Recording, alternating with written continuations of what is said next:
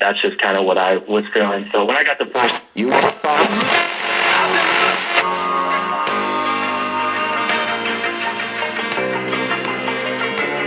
and go toward the 84 area on I-205 northbound if you're headed up to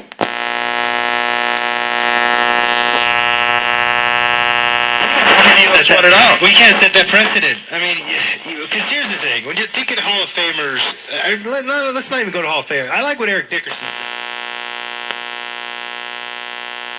And so, you know, when I sat down with Coach A and we talked and stuff, everything, I just like.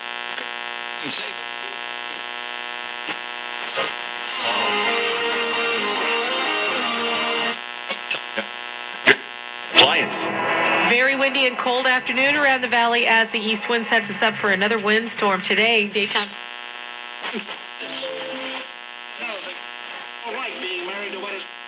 One gainer on the S&P 500 today. So our Konik is up 11% now, trading at its high.